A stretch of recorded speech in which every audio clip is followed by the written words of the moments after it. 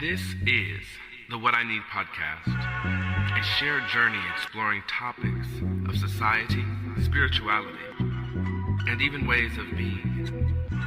Here, we speak freely and fully, from the heart and the conscious mind, in hopes to find what we need. Thank you, for your time is valuable and you could have been anywhere else in the universe. All of you are welcome and appreciated here. But anywho, welcome to the What I Need podcast. It is your host, King Carlton. I am here today with Heir O Radford. He is hailing from the Bay Area. He is just such a articulate being, full of spirituality, faith, and beautiful words. Today, we are going to be discussing some of his background, his amazing new book that is coming forth. What we do in life echoes in eternity. What we do in life echoes in eternity. So, Heir, thank you so much for joining us on today's episode. What could you tell us about yourself really briefly?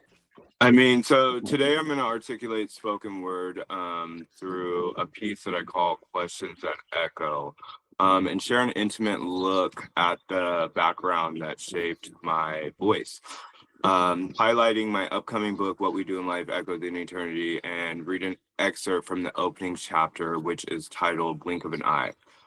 This book is more than poetry. It's simply about presence and ultimately reclaiming my voice, and becoming the author of my story and writing my truth. So no one, it doesn't come from anyone else. But Nice.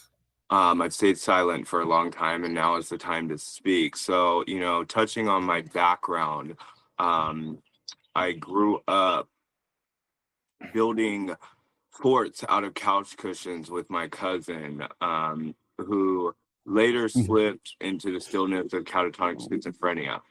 And in that stillness, I found his battle was a little more internal. And as I progressed through my adult life, I had more of an external fight of external validation, really limiting myself to external beliefs.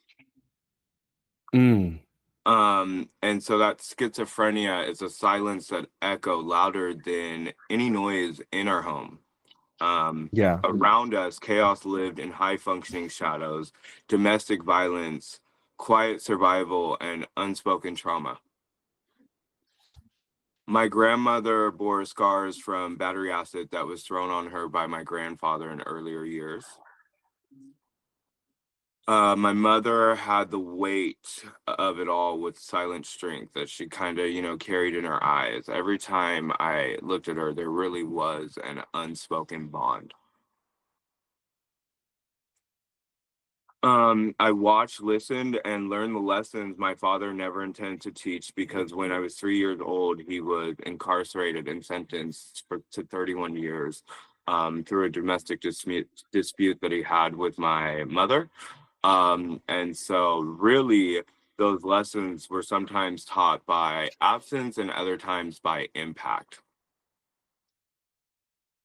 A journal prompt that asked me, as I started engaging in, just shadow work and creative writing exercises, a journal prompt asked me, when was the last time you saw your mother and father together? And I recall the 3-year-old little boy in me watching my mother and father being intimate on the living room floor from behind a recliner.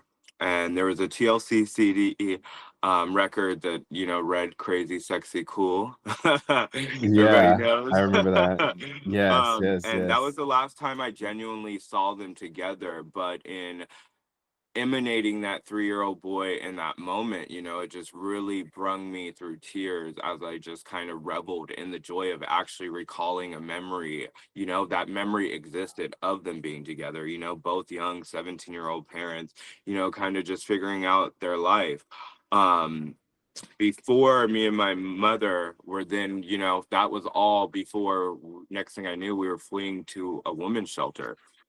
And in fleeing to a women's shelter, love and stability in the home became my hidden story of survival. That's what I learned from an early age. Yes. And what began as confusion turned into a quiet observation of chaos. And that silence taught me to listen deeply.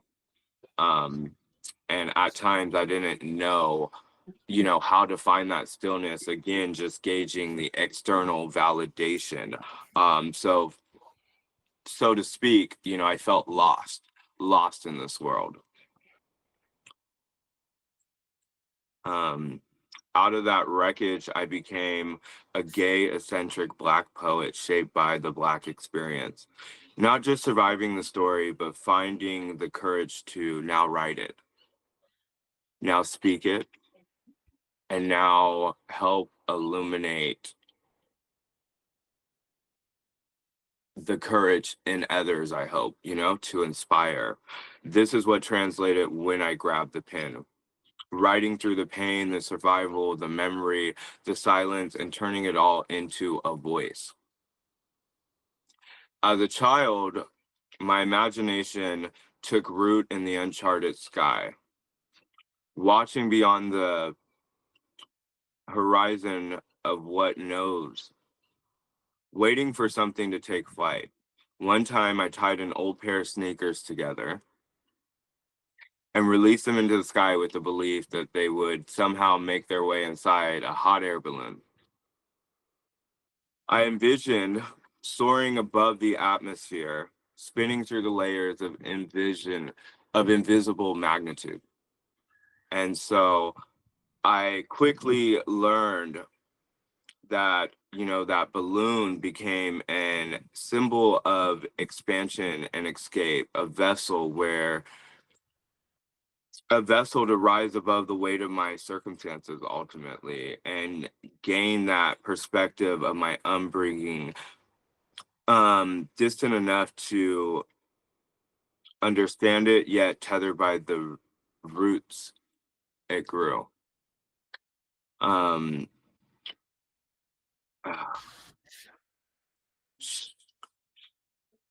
I envision soaring above the atmosphere, spinning through the layers of invisible magnitude.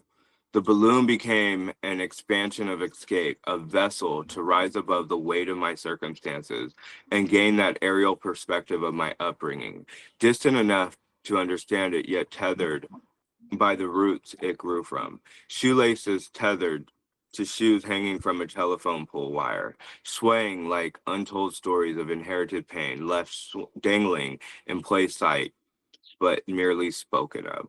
And so that's a little excerpt from my story right there, which we'll, tap more into later.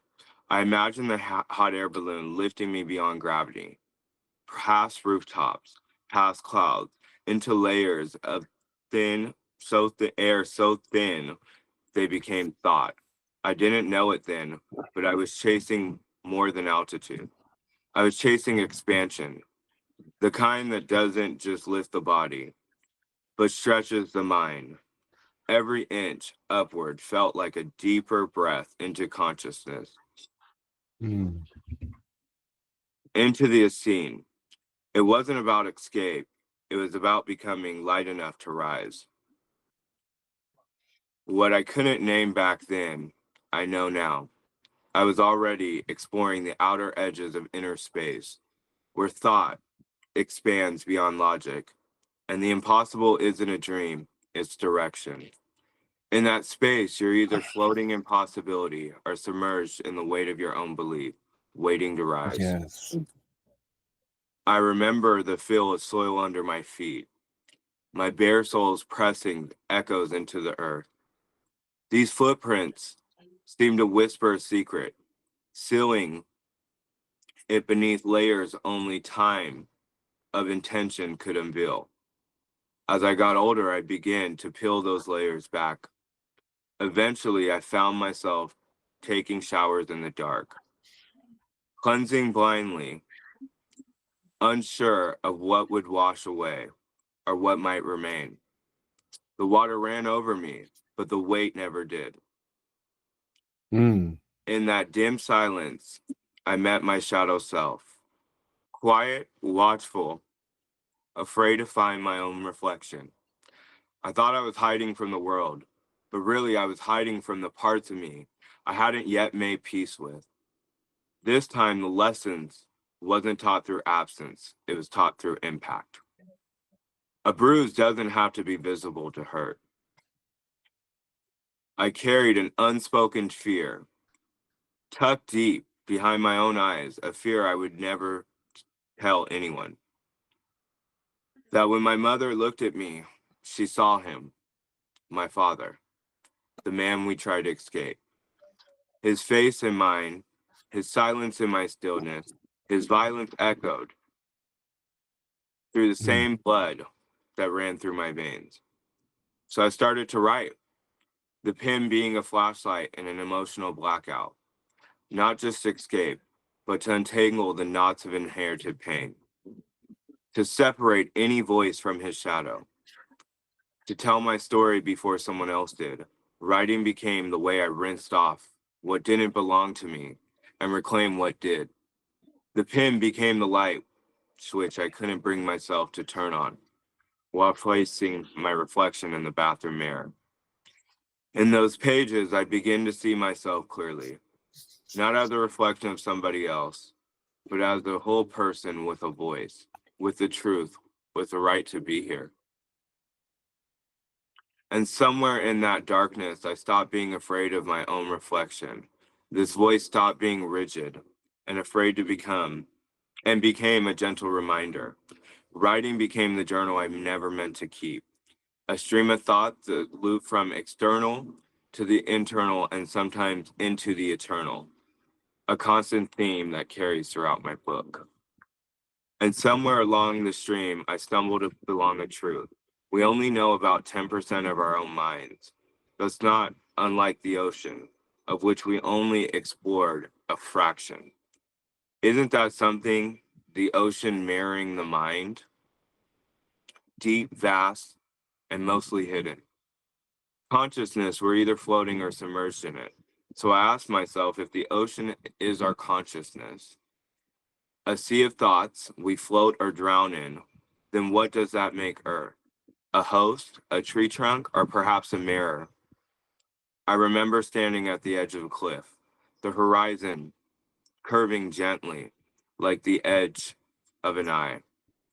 It struck me then, we are the pupil at the edge, observing, absorbing, reflecting, at the edge of the shore, at the edge of the world. Now I step into the light, not just as a writer, but as a mirror, reflecting back the world that I've walked through, shaped by a Black experience layered in resilience and rhythm. When I'm asked about what we do in life echoes in eternity, and I read the first chapter, blink of an eye, I know I'm offering more than a story. I'm offering a piece of spirit, fragile, fleeting, but powerful. This isn't just a book, it's a poetic unfolding of truth, survival, and soul. For those ready to receive it, the echoes begin right here in the blink of an eye. Becoming the author of my story is connecting to source to reclaim my voice, honoring my truth, and writing not to just be heard, but to be seen. Lovely. Thank you so much for sharing that with us. And I feel like that exhortation has covered such a ground. I just want to go back over to reiterate what are some of the, what are coming into your adulthood, what are some of the changes with those meeting of one's shadow self and addressing the expanses of the mind?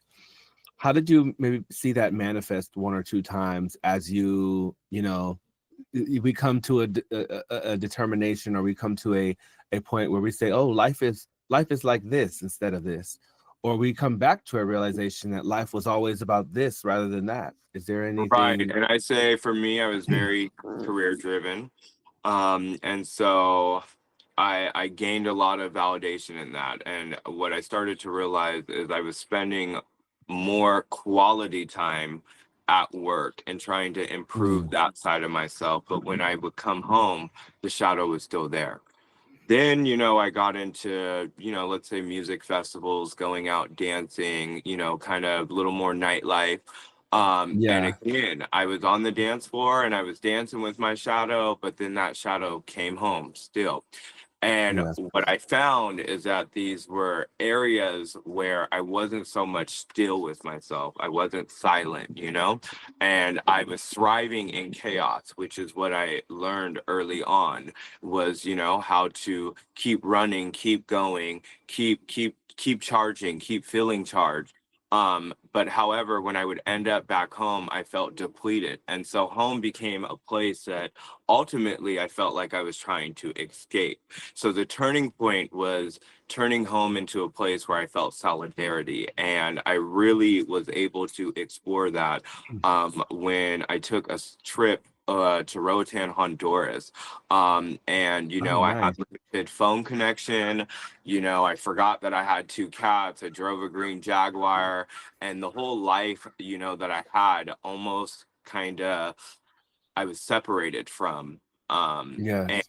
I knew I was going back there, but it was quality time with myself to be still and not have the distractions of the external world, because it was a whole new world and a whole new place that I could reinvent myself and feel invigorated. That's beautiful. So your trip to Honduras revealed that you don't necessarily need to be connected to the phone and all of these these wantings or these somewhat superficial or material um desirings. What can you do with the green Jaguar in Honduras, but you are experiencing yourself, and the car is great, but at the end of the day, you can I'm only the drive it vessel. to and from work. Yeah, you can drive it to and from work, you can drive it around the city, but what you're discovering is about yourself. And And just as the car needs maintenance, I myself need maintenance. And yeah, spiritual hygiene is a very, very um, invigorating way to curate maintenance within self. yeah, yeah, I would say I definitely reflect and um feel connected to the idea of going to a different country, and really kind of realizing once you leave here and you go back, you are going back to kind of the day to day, and those some of those day to day things are not you at your fullest. They are just things that we do to fit into the um what's necessary for modern society and things. So the which is not a bad thing, but it's like you realize there's so much more to you My than potential. yeah, than what's in the bank account. What is an idea of me being successful? It's like, what is, you're questioning, what is my full enjoyment of life? It's not Right. a dollar sign. There's no dollar sign attached to that. There's actually a The discovery currency of process. self, the currency Yeah. of self, and the dollar fluctuates, right? And so Hmm. when you're spending your time and energy, you really have to start being mindful and intentional, because that value increases, or the value of self is always going to exist and be there, and that's simply what presence is. Absolutely. Um, Wonderful. So I have a couple more questions here as well. What does, this journey that you took as a child when you threw the tied together shoes up into the sky, and yeah, I assume this must be some part of imagination, daydreaming, or visualization, um, which is actually a part of meditation, visualization. And um, when you did that, did you realize at that time that you were already kind of seeking the conscious version of yourself as a child, or were you just experiencing it already during those times? I think for me, I was born as a generational cycle breaker. And I think Mm, everybody gets a different call at a different time. So I think as a young child, I definitely have always had a vision of myself. And a lot of things that I encountered were groundbreaking in giving me direction. So as a child, I definitely looked at those shoes and looked up at the sky, as a form of expansion. mm. However, with that being said, at the time, I was going through a lot of character development, and I found myself a lot a quiet where the stillness and where I was quiet was listening to others and shrinking myself almost as if I was hidden. So as a child, I was very, very, very profound in my thought and thought provoking, but I didn't so much speak on it. And so I almost feel like I abandoned, my voice with that. So my imagination took the Mm. place of that, because there I could fully live in the fantasy. I had no limits. And so I think people saw that quiet hope in me, and that's why I got a lot of groundbreaking Okay. interaction and was able to attract that as a magnetic pull, because it was, the secret was hidden kind of within me. And then it was like at some point at the age of 33, I'll say the master number, I was able to Yes. actually unlock the code. And so I Yes. think, yeah, direction, it was always, finding my way to alignment. But as anybody, there's inherited pain, there's generational cycles. I had to understand, what my ancestors and the people before me went through, what was carved out, the sacrifices that were made so that way I could get to this shadow gold. Yes. I thank you for sharing that. I feel like one thing that you said that I really want to highlight on is that um you had this you feel like you have the words inside, but the language to speak it hadn't developed yet. And I totally relate to that as well. And then that you be especially as a child, as a youth, we are so quote unquote inexperienced.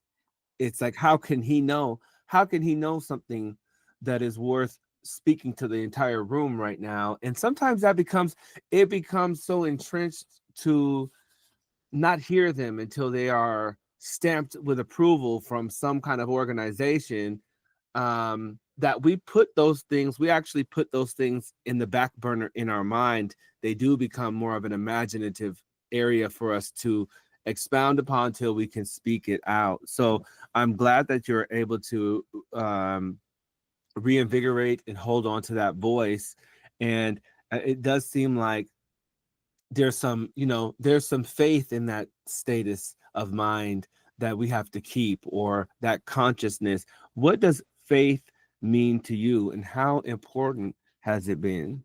Well, in times where I was called to just, trying to transmit and transmute energy, faith is, the transcendent of all of that. I was able to,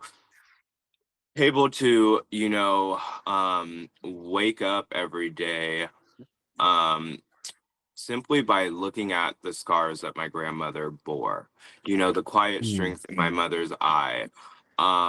And it was almost like seeing hope in their eyes. And so faith to me is definitely carrying the weight of the crown, but not necessarily, ooh, complaining, and giving up. And, because that's just what comes with the territory. So faith to me, that voice wasn't so silent. It was a very profound voice, and it's what led me and guided me and allowed me to refuse to give up. um that's wonderful. yeah. Beautiful. Okay. And that's beautiful. I love the way that you answered that, and that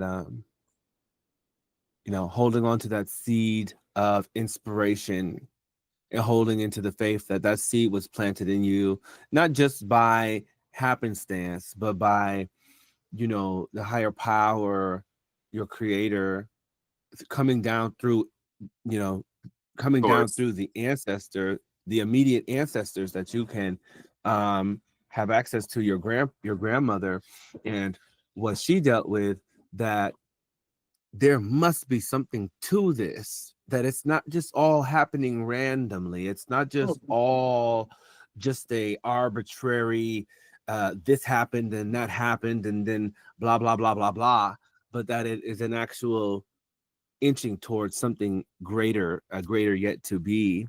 And I think when we're able to respectfully see it as that, we start to see more. I always But was we'll get able to lean on the way I was able to stride forward, and faith is what yes, allowed me to step out with my head held high. absolutely. So we'll get into a spoken word performance, questions that echo.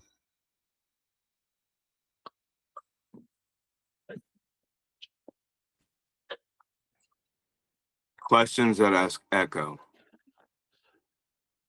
I grew up in a house where silence screamed, where we built forts out of couch cushions, soft places to hide from hard truths. My cousin slipped into a catatonic stillness, and the walls never spoke of why. My grandmother wore acid scars like warning signs, and my mother carried survival like a second spine. I learned more from what my father didn't say than most men ever speak aloud. And when I finally grabbed the pen, what spilled out wasn't just a story, it was a signal. Now blink. A black poet with a black experience, translating pain into poetry, memory into movement. And somewhere between trauma and transcendent, I started asking questions. And not the ones that they teach in school, but the one the earth whispers when the world goes quiet. So I ask you, what does it mean to be seen by earth? To be seen by earth is to be accountable, not by a God, but by a gaze older and quieter than judgment. It doesn't want to punish, but to remember. Every step we take leaves a whisper in the soil. The earth doesn't speak in language, but in patterns. In the eye of the earth, we are not sinners, we are signals. Blink. Is time a straight line, a circle, or a blink? Time ain't what we drew it to be. It's not some line you walk or some clock you chase, some check you cash. It's a pulse in the dark, an eye that opens just long enough to show you a face you forgot you had. Hence the reflection in the mirror. A blink. Fast, silent, revealing the past. That's just a part of now that stopped vibrating. Are we alone in the universe? No, but not in the way you think. Aloneness is a myth we tell ourselves. When we forget how to listen, we're not alone. We're unheard. We are surrounded, but you gotta go quiet to notice. Present doesn't shout, it hums. What lies beneath the surface of the earth, of ourselves, memories. The crust ain't dead, it's sealed. Our skins, our smiles, thin veils. Underneath, sea of thought, pools of pain, wells of joy. Go deep enough and everything is soft. Go deeper and everything is shared. Can a planet be conscious? Not like we are, but maybe in a way we can't yet imagine. Consciousness might not need neurons, just rhythm, just patience. The earth dreams slowly. Its thoughts stretch centuries. And us, we're the flashes inside those dreams. Blinks of light, lights in the dark, echoes. What we do in life echoes in eternity. Love that. So this is a very poetic book. This is all coming out in What We Do in Echoes in Eternity. What we do in life echoes in eternity. What do we do in life echoes in eternity? And yes, I love that title. We got the And tattoo on the chest. Okay, what is the tattoo is saying the name of the book? It says what we do in life echoes in eternity, and I actually got Oh, this wow. 18 years old. Okay, so this has been a long time in coming. I love that. I love that. I have a tattoo similar to that. Like, well, it has dreams never die, and that's been kind of like a mantra as well for myself to a question. It's like we kind of it's a question or a statement that we with our life we can kind of answer to people. So I like how you have a tattoo that means something to you, and it's like I got this a long time ago when I was 18, For but me, it still means something to this very day. Like, and like I said, this was kind of all written out, which is, crazy when the coincidences line up, because I yeah, wasn't like so much like, what am I going to call my book? You know what I mean? Anything like that. I was writing again, just, writing my prompts.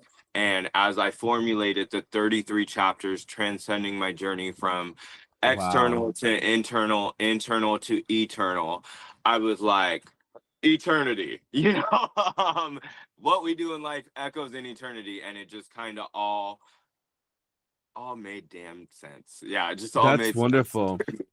What would you say that this book aims to answer? What questions does it aim to answer, since it's asking this profound question? For me, it claims to answer, my story of survival. And what I mean by that is a lot of us are addicted to our suffering, right? And so for me, it was a turning point. And at some point, I had to close out these chapters, and I had to reveal parts of myself that were so much hidden, because I always show up sometimes in life.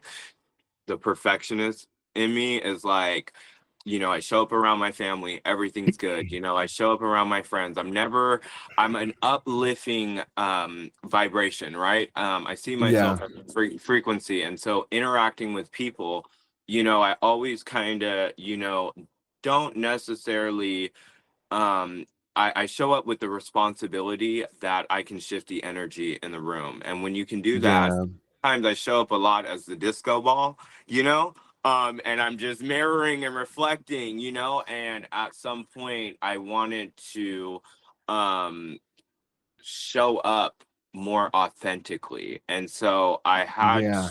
to, kind of become the author and write through it and work through it. And then I saw that I had a testimony that could really catapult, help, and inspire others, because we are kind of all connected in ways. And I'm relatable, because I'm very grounded and, able to interact with people in my everyday sphere. But I wanted to be able to touch the globe. Love that. So, what is Earth? What is God? What are we? Do you feel that this book has an opportunity to touch on those things for the reader in a way that will either bubble some questions up inside of them with interest on that answer, and maybe coax them into an answer, personal answer for themselves?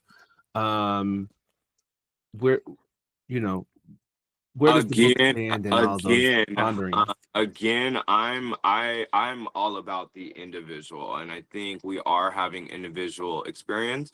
But we have covalent thoughts, which is shared as we're all taking up this space together, right? And so we all have a piece to add. So when it comes to God, I feel like, throughout religion, there's many relative themes that are pretty common. Um, Sorry, there's a little music in the background. Excuse me, we don't hear it, and I just hiccup. It's fine. Yeah, let me just kind of let them. Can you tell them to turn that down?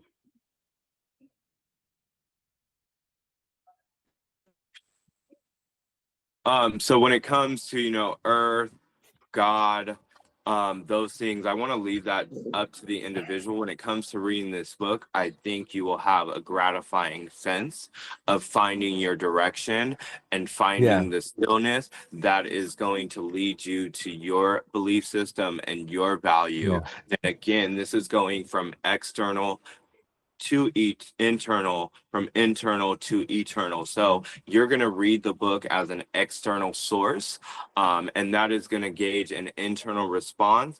And then you are going to have an eternal experience, which is God, which Wow. is earth, Wow. which is the personal experience. There we go. Wonderful. Okay. How important do you feel rising consciousness is at this time? We see people talking about, see people out there talking about chakras now. We see people out there talking about meditation, manifestation, affirmations, Christ consciousness, Buddha minds. So we hearing these things more often now. People are feeling, you know, into this more, which I think has been good because it's better than people hitting each other over the head with a baseball bat or, you know, more gun violence and things of that nature. So how do you feel the raising of consciousness is, you know, how is that doing for the I world? think it's very valuable and important for, for a reason that I'm going to expand on now. When it comes to consciousness and, I feel like history rewrites itself. So all these things have been, passed down. And I don't necessarily think it's just simply now. I feel like everybody answers the call at a different point in their life. And whenever that is, I think right now is more impactful to do so. And I say that because my perspective on Earth, which we will, expand on in the book a little bit later, is that it's an ancient, living eyeball. And so if Earth is an ancient eye and we're so much gazing into it, what happens when we speak? When it hears that echo, and not speak with footprints but with the voice, it's a sound of resonance, it's a sound of healing. And so by doing, consciousness, like you said, just engaging in these spiritual hygienic kind of formulas and concepts and shadow gold and doing those things, we're doing the inner work and the healing, and Earth is healing in that, so those dry crusty areas, the oceans are opening up. And so that's why I think it's very important, because the more collective that we get on board with that, the Earth is just gonna, vibrationally spin, to where we're not blinking, our eyes are rolling in the back of our head, right? That would be, kind of my input and my approach on that. Now, for me, I had to go through 33 years of character development and wisdom. And, so my time came at a certain point when I had enough to transmute and get to the other side, but I was a 3-year-old inexperienced, kid. And so like I said, it's all gauged differently for different person, but definitely it's very important. And my goal now is to be a voice and a beacon of that. Wonderful. You mentioned what do we mentioned purpose, and you mentioned what we even speak in the world. Our next section here that touches on the book a little bit more. What do we do in Life Echoes and Eternity? Your transcendent journey of this external, internal, eternal. What would you say about that? Going into the book, I'm just gonna, kind of provide an intro before reading the first chapter. Sure. And so, what if everything we assumed about Earth, its solidarity, its stillness, its separateness, is wrong? What if the very ground we stand on is not just a place, but a present? In the opening chapter of my book, titled Blink of an Eye, I invite you to consider a haunting possibility. That Earth is not a planet, but an ancient living eye, open and aware, watching. It is a poetic idea, yes, but one that starts to feel slightly disturbingly plausible. The more you stare back into it, this is a piece that begins with a whisper of wonder and spirals into something deeper, stranger. So here it is, blink of an eye.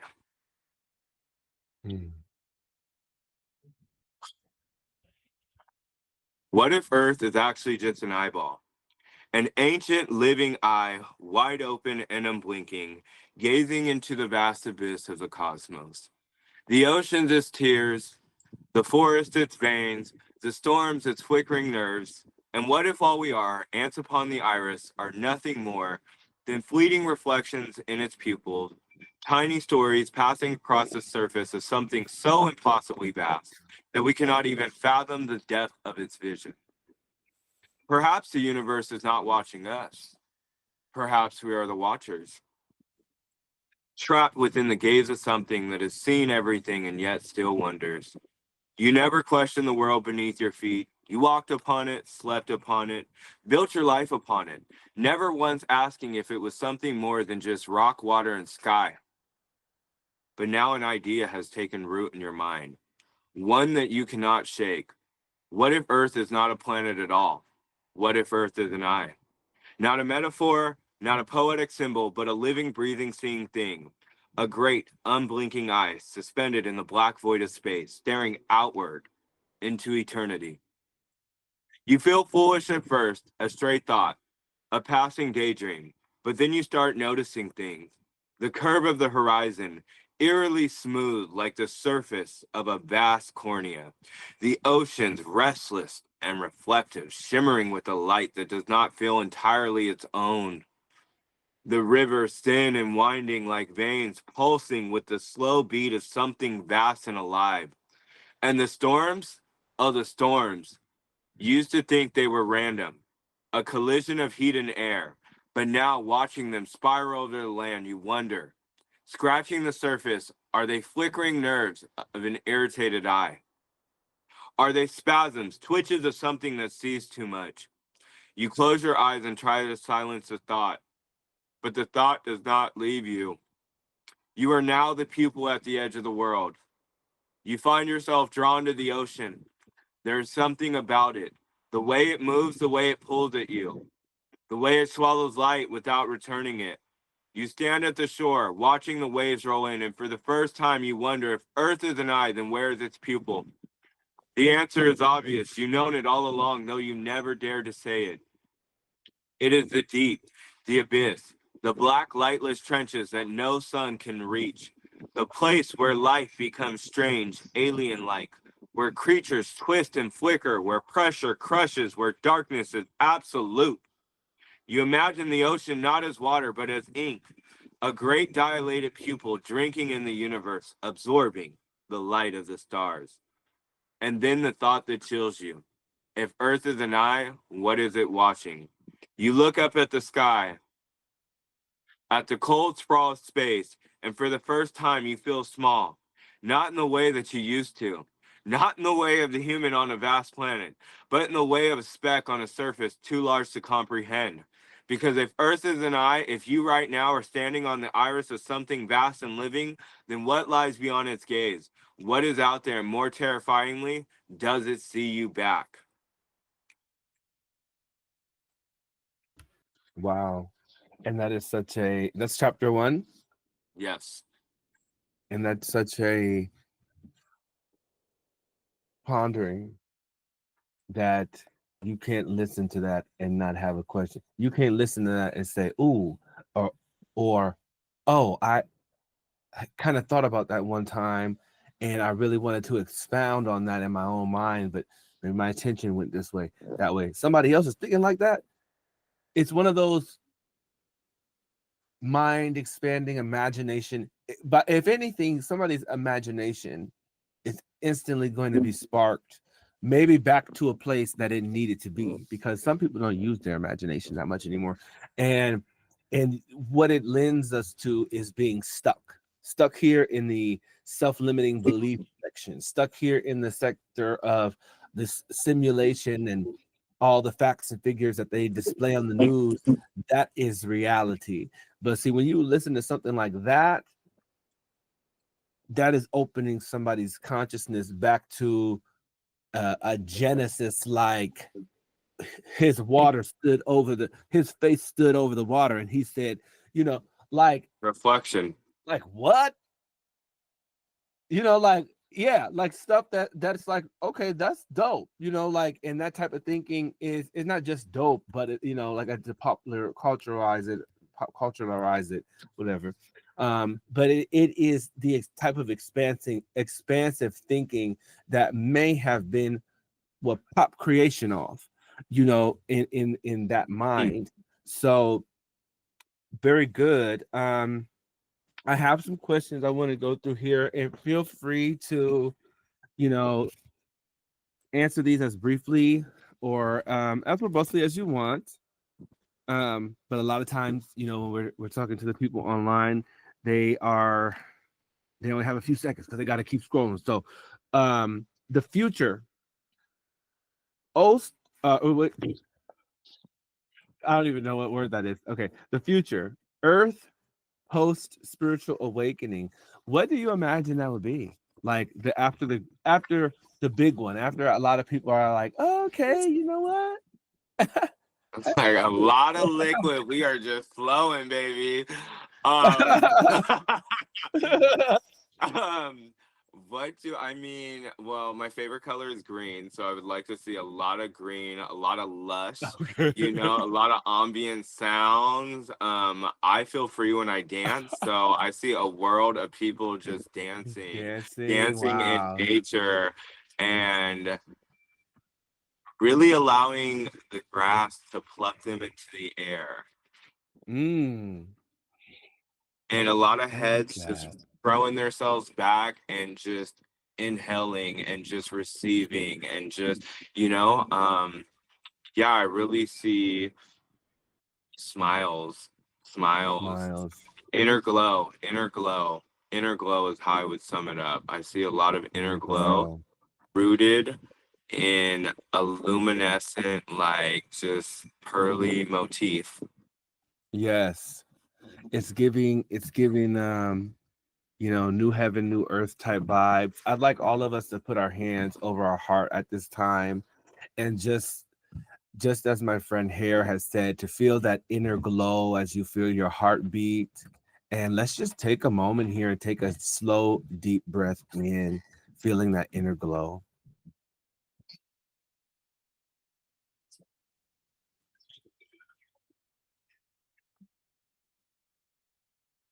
Holding at the top and just knowing that you're bringing forward something right now, your inner glow. You breathe out. And that we have something to bring forward, that we have something to give, that we have, yes, that's Florage, that we have so many different things that we're here to, that we're here to give, and we want to, yes, that we want to really draw these things out, not just to say, oh, look what I know, or look what I found, and ooh, but to bring out literally a better reality, a higher reality, one that notices with its awareness all of the beauty, all of the not serendipitous, but the continuity of Right. And the I rhythm feel of the like universe. we spend our lives seeking, light, and really sometimes it's the darkness that shows us who we are, right? And so when you find that inner glow, Oh, yes. I'll use a parable kind of. There was a man and he went to go inside a cave. And when he went to go inside the cave, the man was a seeker, and the person, the door guard kind of at the cave stopped him and was like, you can't go in there with your light.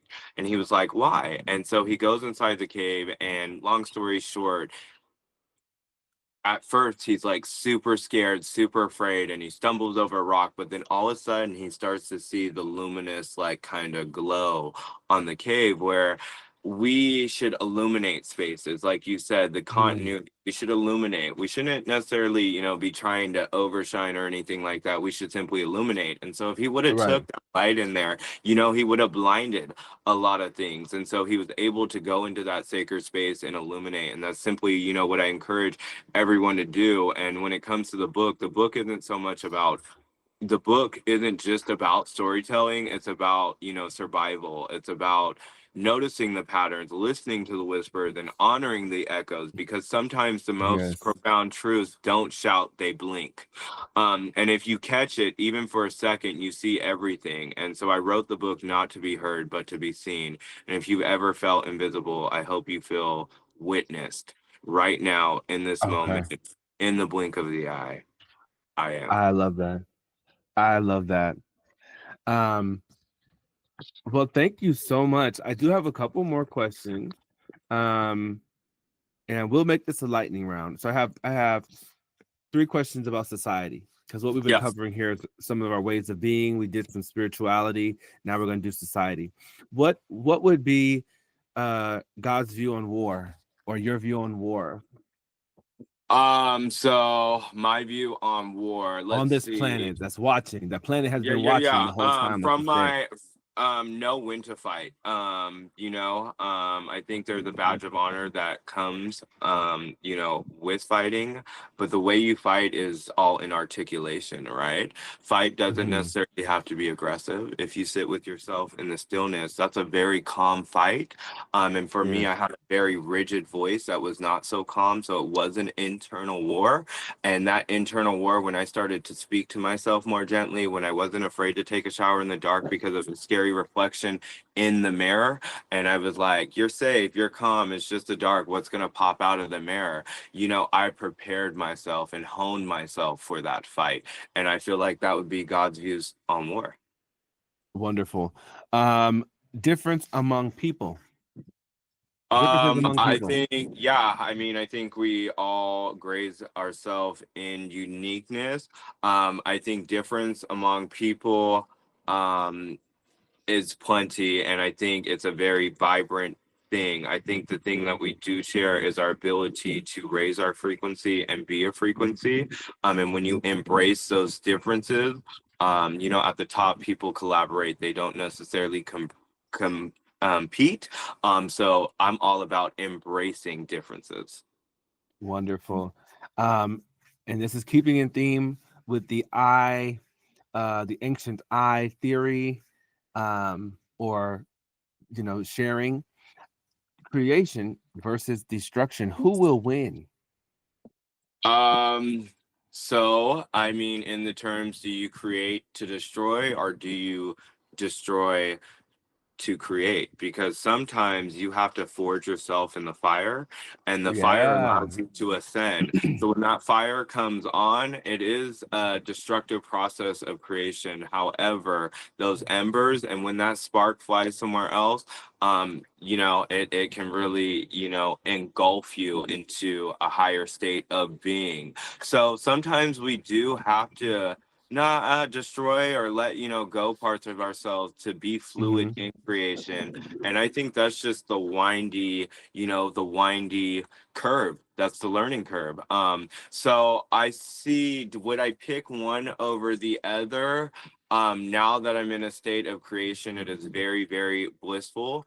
um and I wrote a book that sealed truths. I wouldn't say so much I destroyed any of myself, because I needed all of that context. So I wouldn't carry it so much as baggage, but I'm sprinkling the bits of myself that the sparks, to plant seeds, so to Wonderful. say. So So we yeah, don't die, we multiply. You like, I done got a whole bunch of yeah, different versions yeah. now. We got a whole bunch of. Look, I just sprout up from the ground, three different kinds of me. I can handle that, and that. Okay, yeah. So I think it's giving creation. yes, We're still here, so it's giving right. us creation. Still It's creating. giving. Okay, and the last question: is it karma? I know I'm it's not really ruled by the, structured. I'm a Capricorn, ruled by the planet Karma, and I think karma is an energy. If you steal some from someone, karma isn't necessarily them, hitting you and getting you back. Karma is that personal guilt, that frequency that you're going to carry Mm, with. And so as Saturn's ring, some people learn how to thrive in the chaos, you know, and that is their own karma. Now you can be friends with somebody that, you know, might be receiving some karma, and you can now be in that field of karma. So karma works how it needs to.